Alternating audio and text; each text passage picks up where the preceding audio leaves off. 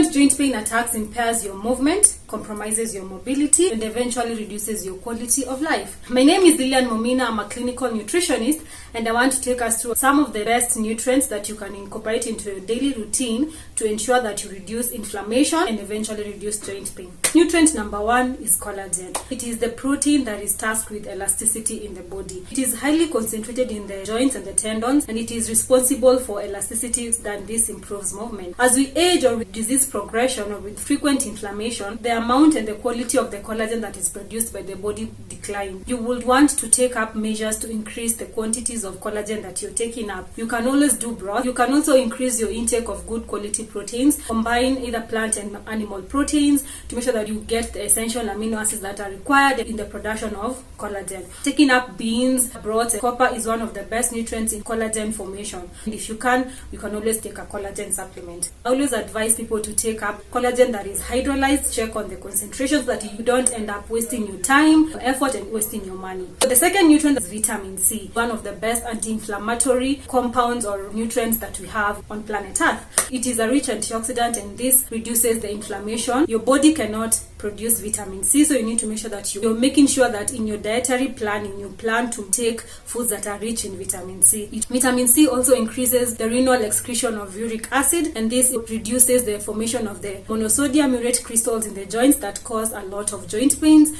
gout, and arthritis. Increase your intake of grapes, lemons, strawberries, vegetables. If you assess your dietary habits and you see that you are limiting in terms of intake, you can always do a supplement. But the third nutrient is potassium. Potassium is an electrolyte that is tasked with so many things like muscular contractions, nerve impulse, movement. This electrolyte, its concentration in the synovial fluids affects your joint health. It promotes movement, muscular contraction, and relaxation. This improves or reduces mobility. When you're planning your diet, make sure that you increase your intake of potassium-rich foods, the bananas, the nuts, avocados, green leafy vegetables. Have a balanced, adequate supply of potassium in the body. Potassium is also great in improving kidney health. There is better renal excretions of these components such as uric acid that are responsible for gout pain, and also the elimination of other metabolic and digestion waste. It is also very important in controlling high blood pressure. There's a video up on dietary habits of reducing hypertension. When the pressure is high, the renal load reduces. This reduces the amount of metabolic and the digestion waste that are going to be excreted through the kidneys. This means that your blood will retain more waste products such as the uric acid. By so doing, you will have more joint inflammation, and the inflammation markers in the bodies will go high. The fourth nutrient is calcium. The best bioavailable sources of calcium that we have is dairy. We have milk, we have mala, we have yogurts, cheese. We also have calcium in other foods such as green leafy vegetables and seafoods. The body calcium stores are usually compromised when you're having joint attacks or when you're having joint pain or you're having any form of bone erosion. It will be very, very beneficial for you to supplement on calcium or to increase your calcium-rich foods to avoid further deterioration, and you want to promote muscular health, bones, joints, the spine, and all that. The other nutrient that you want to increase in your day-to-day activity is vitamin D. Vitamin D3 is responsible for the activation, utilization, and absorption of calcium in the body. Vitamin D is also a very great anti-inflammatory nutrient. The best way to get vitamin D in your body is through the sun. Sun exposure 1 hour a day. Spread your limbs, spread your arms. The other nutrient is vitamin K, not potassium. The green leafy vegetables and the animal sources of protein. When you're having joint problems, we want to reduce the amount of red meats that you're taking in. So instead of increasing red meats, you can increase your intake of vegetables. You can take up the skuma, the cabbages, managu, terere, hohos. You can also get vitamin K in nuts, and it helps with the transportation of the calcium to the active sites. This prevents arterial accumulation. This improves the utilization by the body, and it will improve on your bone health. The other nutrients are iron and folate. These are responsible for the formation of hemoglobin, and this improves your blood flow and blood circulation. The body will be able to excrete and remove the waste products comfortably. It will reduce the load of those components that increase inflammation in the body, and this will improve on your joint health. The best sources of iron, the folate, we have the meats. Unfortunately for us, we're going to control the intake of meats, the red meat, seafoods, and all types of meat, because they elevate the uric production in the body. They are rich in purines. You don't have to increase your intake of meats to get iron. You can always get them from green leafy vegetables.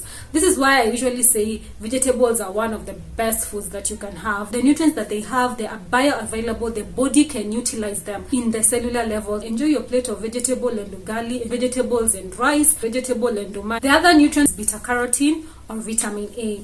It is great with inflammation. Vitamin A is very good for your immunity. The body is in a position to tackle inflammation. The best vitamin A rich foods that we have, the red and orange fruits and vegetables. We have the tomatoes, oranges, carrots, sweet potatoes. You can do a tomato juice every once in a while. The other nutrient that you want to increase, of course, is protein.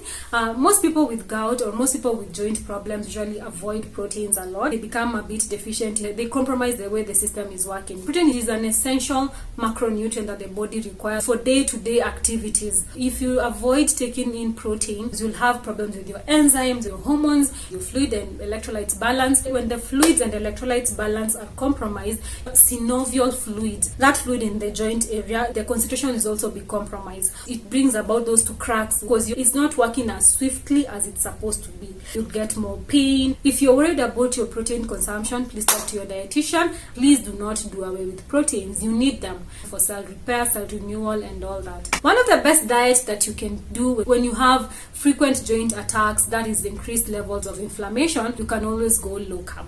Reducing sugars, fructose, reducing carbohydrates, and increasing the fat. When you're limiting seafoods, you need to make sure that you're increasing your intake of other good fats, the MUFAs and the PUFAs, to increase your intake of omega-3. It is a great anti-inflammatory nutrient. It is great for your brain. It is great for your joint health. It is great for your immune functions. You can do chia seeds, nuts, you can do cashew nuts, avocados. You can only supplement or liver oil supplement. Please subscribe, click the notification button.